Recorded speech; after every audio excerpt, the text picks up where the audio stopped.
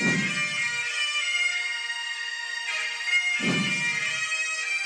to that piece of lieutenant that's always on his podcast, bash us, him.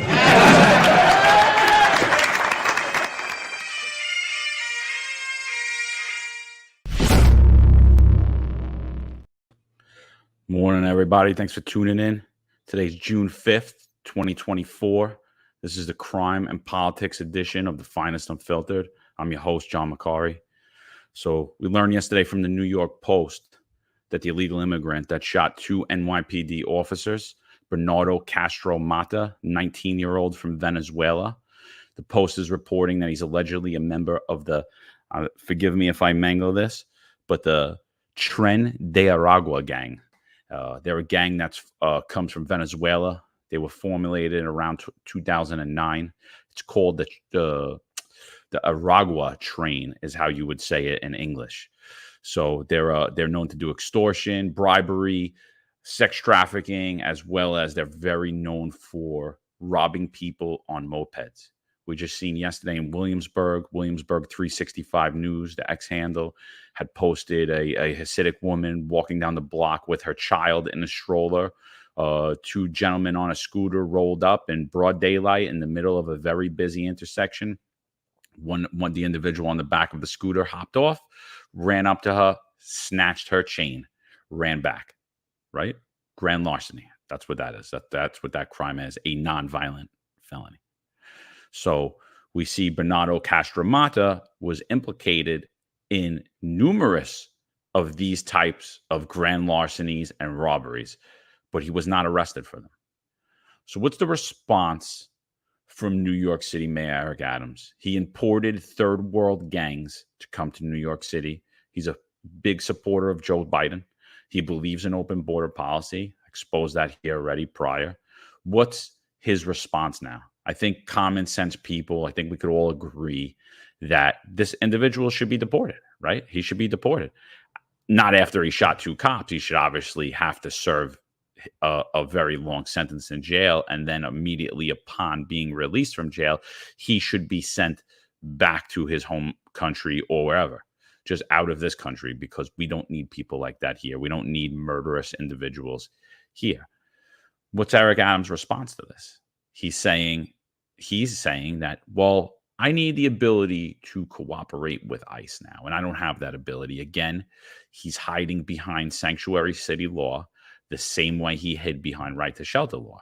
He interpreted the right to shelter law completely wrong. It was for New York City residents, but he didn't interpret it that way. He interpreted right to shelter law for the entire world. And then when it got so big and he started getting bad press, he went to not-for-profit organizations and other non-governmental organizations to make an agreement for how he was going to handle right to shelter law. Last time I checked, New York City Council dictates the laws. So if you were negotiating law with anyone, it would be a bill that would go through them. But again, he's the mayor of New York City. New York City's in a state of crisis. He could have easily just interpreted the law correctly, and he would have stopped the flow of illegal immigrants coming into New York City, but he didn't. He continued to welcome them. So now we see a big gang problem. We see that there's over 80 patterns in New York City of individuals being robbed or things being taken right out of their hand, whether it be violently, non-violently, whether weapons are used or not weapons being used. And all of them are being done by illegal immigrants that have came here. They're all being perpetrated by gangs from out of this country. So we've imported the third world here under Eric Adams' policies. And his response is, well, if they're convicted in a court of law for a violent felony, then I believe that the NYPD should be able to cooperate with ICE. Only at that time does he believe that the NYPD should cooperate with ICE. And now he has Kaz Daughtry, John Schell, Tariq Shepard going out on their media tour, and they're saying, oh, no, the mayor wants to cooperate with ICE. He doesn't want these people here. He doesn't want these bad individuals here. But I'm going to go back to the incident I just talked about in Williamsburg. Two males on a scooter. They roll up. Women's on a baby, pushing a baby stroller. and they walk up to her and snatch her chain right off her neck while she's pushing a baby carriage. Grand larceny, not a violent felony. So them being arrested for it, they will not be deported. Them being suspected of it, they will not be deported. Them being convicted of it, they will not be deported. So what really is New York City Mayor Eric Adams' goal on this? His goal is politics. He's saying, and violent felony convictions. How often does that happen in New York City? Take a look at the DA's charts. How often are people arrested for violent felony versus how often people are actually convicted of violent felonies? There are people that are convicted of felonies in New York City, but they usually plead down to a lesser felony, if not a misdemeanor, a violation. And that's in the rare times that the case is even drawn up with a district attorney and where they seek to prosecute. Because a lot of these things are pled out right at the get-go, right at the first initial hearing, right before anything happens, right? The arrest is made and it's dealt down to nothing. Person takes a deal for absolutely nothing. So is this a public safety plan? Is this something that sounds legitimate? Let's take a listen to the NYPD yesterday talking about what should happen and what the mayor wants. Because don't just take it from me. I mean, you should look at what they're saying. But if I'm interpreting wrong, please, somebody let me know. Those are truly heroic efforts. I mean, those moments, they put their lives on the line doing this job, truly. But I do want to ask you about those migrants because we understand that about 250,000 migrants have been processed into this country, and we have about 65,000 currently being housed in New York City. Of that number, just so we can have an understanding of the scope of how many of them are committing these type of crimes, do we have an idea? Well, let's talk about pattern number, was it 14? 14, yep. 14. Pattern 14, 2 migrants from, we believe, Venezuelan migrants were responsible for 112 chain snatches, right, on a moped. But we're not, this agency, Police Commissioner Kavan, has made it very clear. We don't care what your status is in this country, how you arrived here, how you got here, where you're from. Once you commit a crime, and our city, New York City, your new title is criminal, and we are going to treat you as such. And when it comes to now the people that are here waiting parole for being here, a small portion is contaminated. Don't give all the migrants a bad name, but for the small portion that commits violent crimes, we need a platform where once they serve, like I said before, they go to the criminal justice system. Once they finish with that, we should be able to reach out to ICE and say, these people, this small group committing violent crimes should be removed, in this case from our city, because it's hurting our friends, our family, our fellow New Yorkers. And they're paroled into this country. They're paroled, and once they come to New York, the city is required, the mayor is required to give them a bed, food, and shelter. Which the mayor agrees with that alerting of ICE. Absolutely, and let's be clear. Small portion of the larger portion, 225, and we all agree that they should be removed. Violent crimes is the key phrase. Okay. That's stealing a bag of chips. That's fair. Violent crimes. And you did say it's a small number, so that's good. And then also, with. we understand that there's some good people that arrive here, and they have nothing to do. So that's one of the other things that we're looking at is like, what is a crime of opportunity? Probably. Right. They can't work. Which is why the mayor is saying what he's saying, too, about allowing them to work, trying to get these work permits, something that can be more widely available. Absolutely. And that's what we all want as New Yorkers, right? We're all good with that. I think we all universally say it's a good thing. Right. Chief Deputy Commissioner, always great to have you in.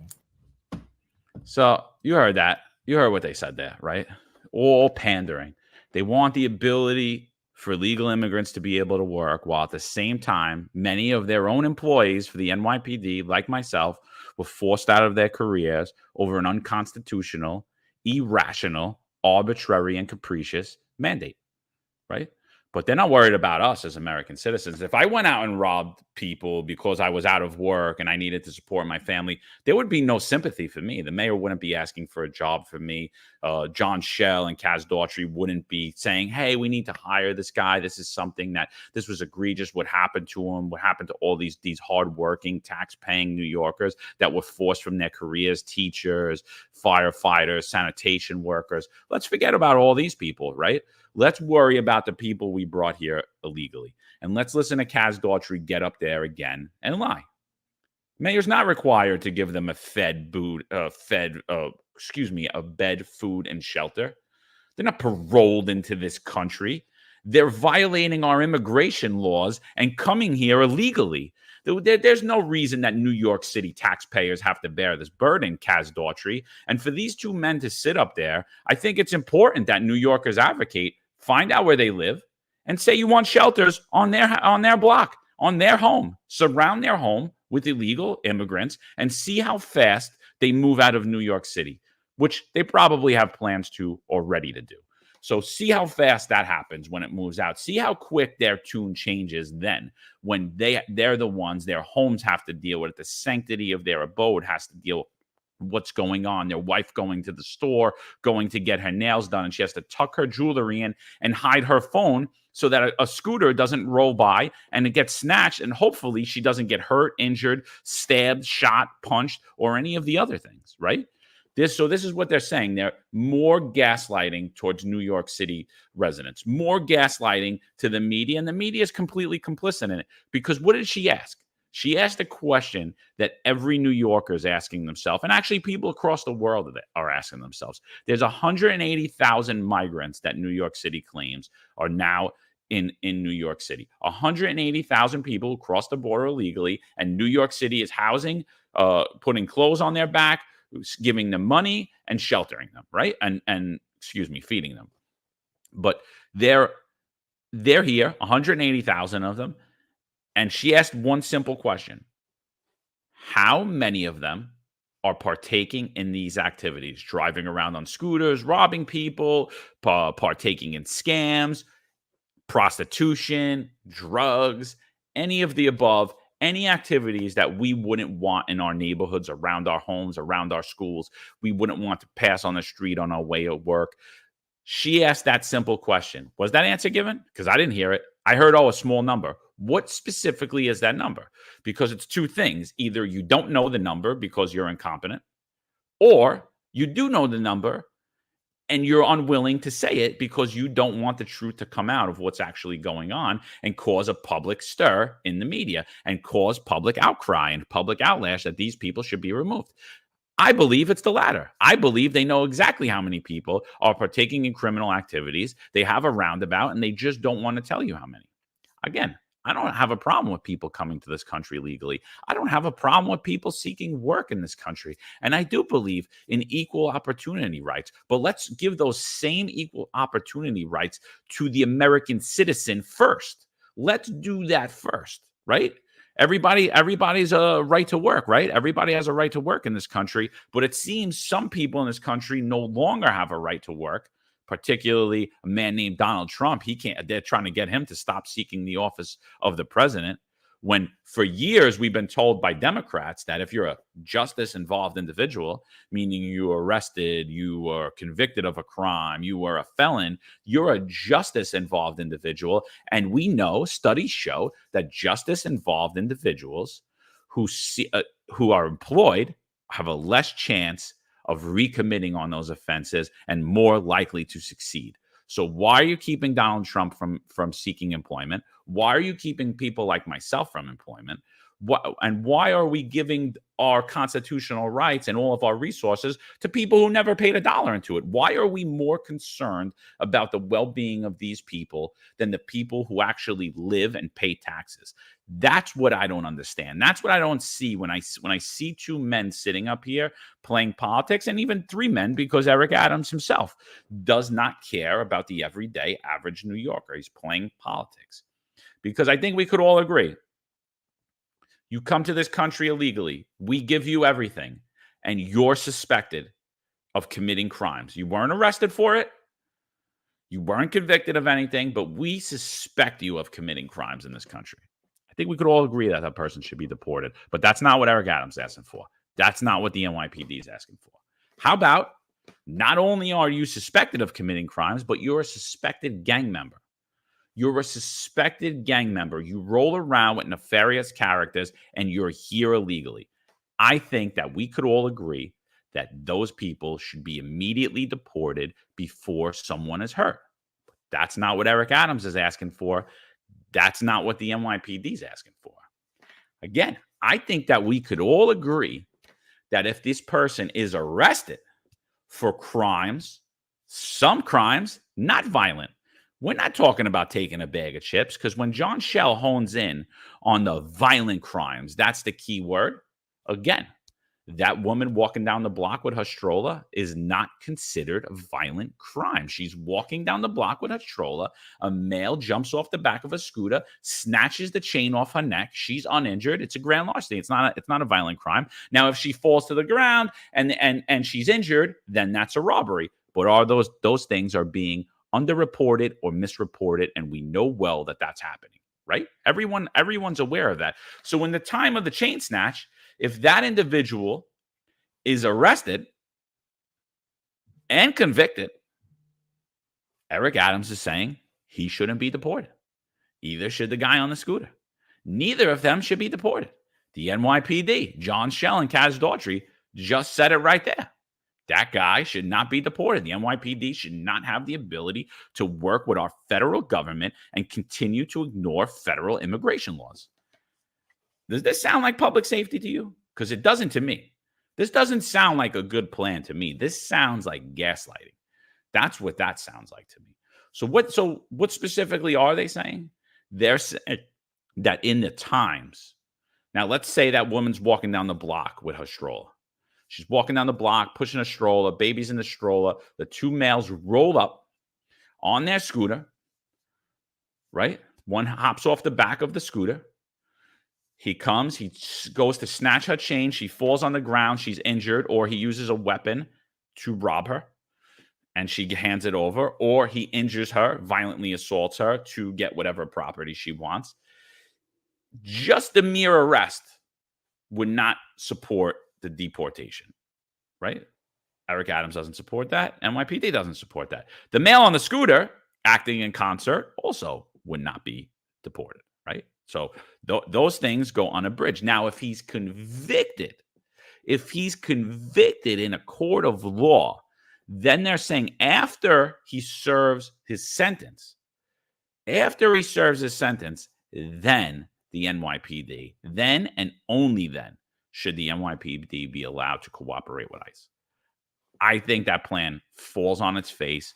It's complete gaslighting, because what's going to happen when he goes to the criminal justice system? One, the DA more than likely is going to look to dumb down that charge, right? To a misdemeanor or to a non-violent felony for whatever reason. The evidence isn't strong enough.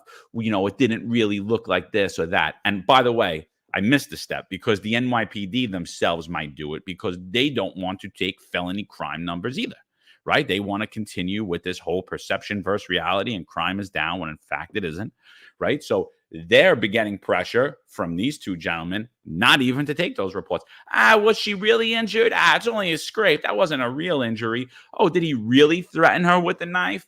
Did that really happen? And what they're going to look to do is dumb down the charge immediately. So now we have to worry, does that felony charge, does he even get arrested for that felony charge, right? Now, once he's arrested, does the DA seek to prosecute that felony charge? Two things, both not likely to happen in New York City today. Both of those things, right? But let's say it goes through. It gets media coverage. A couple of independent reporters put it out. There's video. Video goes viral. It goes all over the mainstream media. Those two things will hold true, right? But what happens as we go down the court process?